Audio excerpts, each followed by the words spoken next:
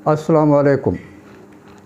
मैं हूँ खान ज़मान और आप हैं VIP English grammar by Khan के साथ। Today's lecture is about preposition.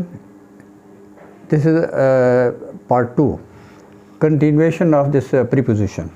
So I have tried to make you understand with the help of some diagrams. Diagram की शक्ल से आपको समझाने की कोशिश की है। अब जो बिसाइड होता है ना, बिसाइड होता है पहलू में किसी के साथ, यानी this mouse is sitting beside the wall, दीवार के साथ है। बिटवीन होता है दो चीज़ों के दरमियान, दो बंदों के दरमियान, दो कोई any when you divide some sweet between Aslam and Akram, now you are dividing this distributing sweets between 2 person. So दो की बात होगी तो उसके बिटवीन होता है, लेकिन दो से अगर ज़्यादा होंगे ना तो फिर उस सूरत में हम एमंग लगाते हैं। अब आप ये कहें कि 32 बंदे हैं, उनके दरमियान आपने ना यानी कोई स्वीट वगैरह डिस्ट्रीब्यूट करनी है, तो आपको कहा जाएगा कि distribute this sweet among these 30 boys. अच्छा, फिर बाई और विद का इस्तेमाल समझें। मतलब यानी एक बंदा जो है ना, this man is killing the snake, ये बंदा इसको सांप को मार रहा है ना द मैन इज़ एजेंट, तो एजेंट के साथ जो आमिल है ना उसके साथ आपने बाई लगाना है। The man killed the snake with a stick. अब इसके साथ जो स्टिक है, जो वेपन या जो हथियार इस्तेमाल कर रहा है, उसके लिए विद लगाएंगे, और जो एजेंट है यानी जो बंदा काम कर रहा है ना उसके लिए आपने बाई लगाना है। अब ऑन टू और ऑन टू ऐसे होता है ना कि जब कोई चीज़ when something is falling from some height to a surface. अब देखें ना, ये बाल जो है ना ये ऊपर से गिर रहा है, इसके ऊपर आ रहा है ना, सो इस वक्त मूवमेंट में जब when something is coming on to the surface of a thing, उस वक्त हम ऑन टू लगाते हैं। लेकिन जिस वक्त वंस दिस बॉल है settle on the surface of this table, अब इसके ऊपर बैठ गई है, so now in contact with the table, so इस वक्त हम इसको ऑन कहेंगे। लाइकवाइज इन टू और इन। अब इन टू उस वक्त कहा जाता है कि ये फर्ज के ये जो man is diving in to the swimming pool. अब ये जो डाइव कर रहा है ना मूवमेंट के साथ, जब वो जा रहा है अंदर, तो इन टू द स्विमिंग पूल। अच्छा, जब ये इसके अंदर पहुंच जाता है ना, now the man has become a part of this swimming pool, so the man is in the swimming pool. अब इन इस वक्त लगाते हैं। इस इलांग ऐसे होते हैं जैसे रोड है या रिवर है या कैनाल है, उस वक्त जो है ना जब उसके साथ साथ बंदे चल के जा रहे होते हैं, जैसे ये रोड ऐसे जा रही है, I am walking along the road, मैं उसके साथ साथ जाऊंगा तो इस वक्त अलॉन्ग कहेंगे। एक्रॉस होता है कि जब ये रोड ऐसे जा रही है, जैसे वहाँ पे वो पेडेस्ट्री के ज़ेब्रा क्रॉसिंग ऐसे बनी होती है, तो उस वक्त जो है ना वहाँ से जब आदमी गुजरते हैं ना तो they are walking across the road. अब वो उस वक्त अक्रॉस जा रहे होते हैं, यानी ये जो है ना इसने अगर ऐसे बंदा आएगा across the river, across the road, across the canal. Against ये होता है कि जैसे this man is leaning against a tree, यानी ये दरख्त के साथ उसने ऐसे टेक, जैसे मैंने मेरे बैग जो है ना with the back of the chair है, सो इस सूरत में आई एम लिविंग यानी अगेंस्ट ऐसे। अप और डाउन। अच्छा, जब हम जैसे सीढ़ियाँ हम चढ़ते हैं तो वी आर गोइंग अप, ये अप है, लेकिन जब उतरेंगे तो फिर हम ये डाउन होता है। इसी तरह अंडर उस वक्त कहते हैं जब ये कोई चीज़ बिल्कुल इसके नीचे होती है, उस वक्त अंडर कहते हैं। ओवर उस वक्त कहते हैं जब ये चीज़ इसके ऊपर थोड़े से ऊपर होती है, जैसे दरिया के ऊपर पुल होता है या नहर के ऊपर पुल होता है, तो ये ओवर है। अब एबव और बिलो। एबव होता है ज़रा थोड़ी सी ज़्यादा हाइट होती है, जैसे कि ना suppose helicopter is hovering over your head. अब ऊपर है ना, हेलीकॉप्टर सर पे तो नहीं बैठ जाता, ऊपर होता है, तो इस वक्त इसके लिए एबव लगाते हैं। बिलो काफ़ी नीचे जो है ना ये चीज़ ऐसी होती है। यानी एट, ऑन और ये इन, ये कुछ की वजाहत मैंने कोशिश किया करने की। एट होता है स्पेसिफिक टाइम के लिए और हॉलीडे पीरियड के लिए। अब देखें एट में क्या होगा, जैसे कि at 11:30 AM, 6 o'clock, at bed time, at breakfast, at Christmas, at dawn और dusk, सुबह या शाम, at dinner time, at mid day, at night, at noon, at southern या एट सनराइज और सनसेट, एट द एंड। और इन जो होता है ना, ये मंथ्स, ईयर्स, डिकेड होती हैं, सेंचुरी होती हैं, सीज़न होते हैं, सिटीज़ होते हैं, बड़े शहर जो होते हैं ना उनके लिए। अच्छा, एक और भी है कि छोटी जगह है ना, तो उसके लिए भी ये छोटे छोटे गांव, हैमलेट वगैरह, छोटी बस्तियां जो होती हैं, उसके लिए हम ऐड लगाते हैं। ही वॉज बॉर्न एट, अब छोटा सा गांव है, मतलब है उस पर, मतलब मेरा गांव लेटी है, तो आई वॉज बॉर्न एट लेटी, ठीक है।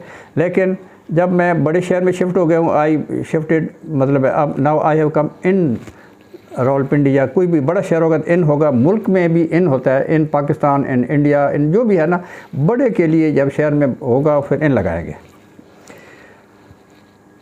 सो इन जैसे है, यानी अच्छा, इसलिए ये जो यानी सन अगर आ जाए इन 1990, इन जून महीने का आ जाए, या ये डिकेड में आ जाता है, जैसे डिकेड होती है ना, ये अशरे, द 1980s यानी 1980, इस अशरे में।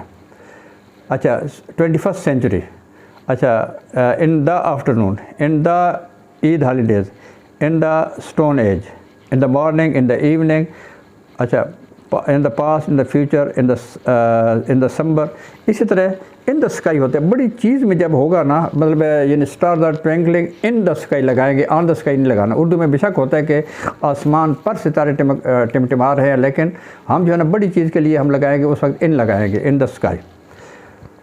लाइकवाइज ऑन जो होता है ना, जैसा कि यह इन डेज होता है, डेट्स वगैरह होगा, on a summer evening, Christmas day, Friday, July 3rd, ये एक दिन है, 1 जुलाई का, 30 जुलाई का एक दिन की बात कर रहा है। और बर्थडे भी एक ख़ास दिन होता है उसमें। अच्छा, ऑन दैट डे, वो एक पर्टिकुलर डे की बात हो रही है। द फर्स्ट या the last day, my first, मतलब at the first day of my college, या the last day of my college, ये एक स्पेसिफिक बात होती है। और फ्राइडे नाइट, तो ये थोड़ा सा इसके बारे में है। अब एक बात याद रखने की बात यह है कि ये मैंने पहले भी अर्ज़ किया था कि ये ट्रिकी होते हैं, मतलब इसको संभाल के रखना, जहन में रखना बड़ा मुश्किल होता है। सब इसका तरीका यही होता है कि एक तो इसकी कंटिन्यूस प्रैक्टिस करें, इतनी प्रैक्टिस करें कि आपके फेमिलियर हो जाएं, आपके कान इससे फेमिलियर हो जाए, आपकी ज़ुबान पे जैसे ही आप, मतलब फ़र्ज़ किया ऐसा है ना कि फॉन्ड आ गया ना, फॉन्ड आप स्टेट में होना चाहिए, फॉन्ड ऑफ दस देयर, एंड देन आपका जो है ना वो ऑफ उसके साथ आ जाए। अच्छा, अब कुछ प्रीपोजिशन ऐसे होते हैं कि जिनके जो नाउन के साथ मिले होते हैं, कुछ एडजेक्टिव के साथ होते हैं, कुछ वर्ब के साथ होते हैं। वर्ब के साथ जो प्रीपोजिशन होते हैं वो अपना वो फ्रेजल वर्ब्स होते हैं। अच्छा, अब इनकी जो है ना ये ईडियम या फ्रेजल वर्ब, इनकी जो है ना वो मैंने ज़रा थोड़े से उससे अलग होते हैं। मसलन एक है ना ईडियम, उसमें फ्रेजल वर्ब है कि ब्रेक द लेग। अब ब्रेक द लेग वैसे तो अगर हो जाए ना, उससे अगर इसके यानी जो लिटरल मीनिंग लें, उसका मतलब होता है टांग को तोड़ देना।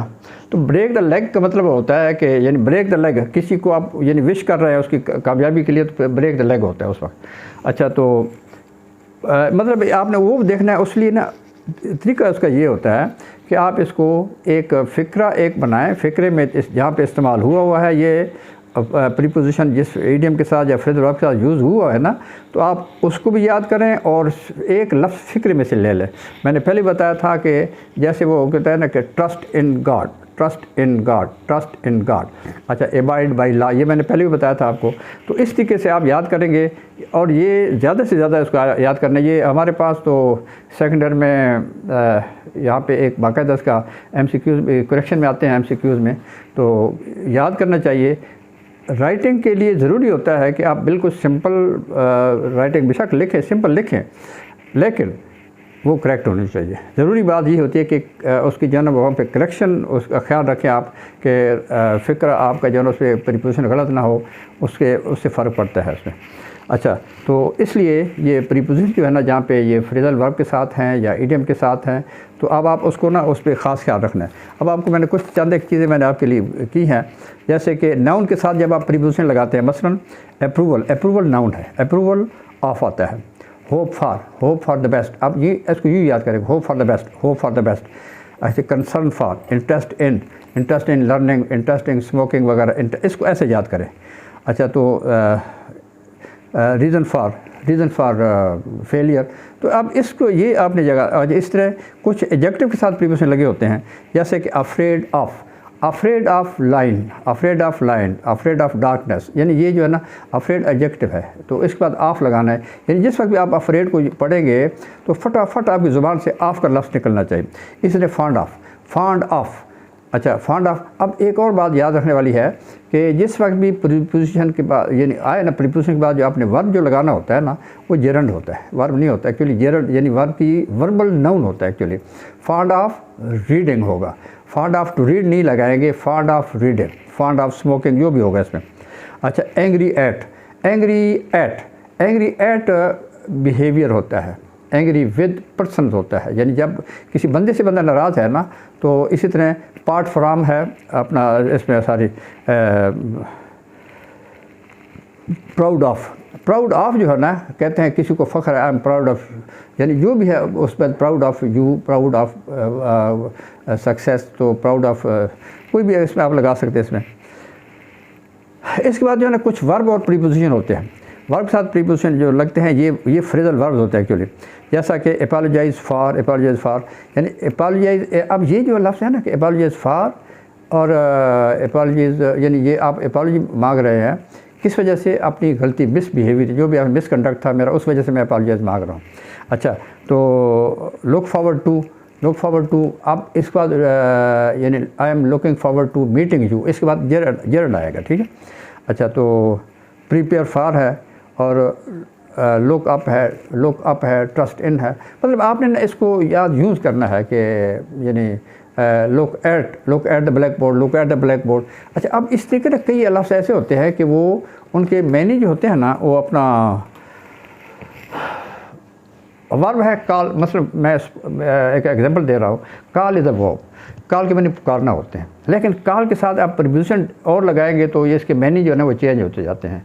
अब मसलन कॉल ऑफ है ना, call O double F off, call off के मैनी होते हैं। अब आप देखें ना यहाँ से क्या मतलब है, मिशन कोई भी है कॉल ऑफ हो गया, हड़ताल कर रहे थे उन्होंने कॉल ऑफ कर ली, मतलब मुलतवी कर देना, तो कॉल ऑफ होते, दे कॉल्ड ऑफ स्ट्राइक या they called off the mission because the weather was not good. तो कॉल एट होता है किसी को मिलने जाना। अच्छा, कॉल इन होता है कि बुलाना, कॉल इन द डॉक्टर। अब आप याद जब आप करेंगे तो call in the doctor, call of the mission, call at you, यानी ये इस तरह आप मतलब इसको याद करना है आपने। तो फिर जो इसमें ये प्रीपोजिशन को मैंने पहले भी बताया था कि ये ट्रिकी होते हैं, अच्छे खासे, यानी इवन के टीचर्स को भी इसमें थोड़ा सा मसला आता है इनको याद करने में। तो प्रीपोजिशन का इसको याद करने का एक ही तरीका है कि इसको ज़रा थोड़ा सा फ़िक्रे के साथ आप मिला के पढ़ें, यानी ये प्रीपोजिशन के जिसके साथ इस्तेमाल हुआ है, नाउन है या वर्ब है या एडजेक्टिव है, उसका जो प्रीपोजिशन इस्तेमाल हुआ है, आगे वाला फ़िक्र जो है ना, फ़िक्रे में इस्तेमाल हुआ, उस फ़िक्रे का एक हिस्सा ले लें आप। तो इस सूरत में यानी गिव अप है, जैसे गिव अप है तर्क कर देना, तो गिव अप स्मोकिंग आप, या स्मोकिंग को तर्क कर देना है। तो इस तरीके से ये है प्रीपोजिशन के बारे में, ठीक है। तो मुझे उम्मीद है कि कोई इसकी आपकी तसल्ली होगी इसके साथ, ठीक है। Thank you very much. यानी अगर आपको फिर वही बात एंड पे कि अगर अच्छा लगा है तो इसको लाइक भी करें, सब्सक्राइब भी करें और इसको आगे शेयर भी करें। Nice of you, see you again इंशाल्लाह।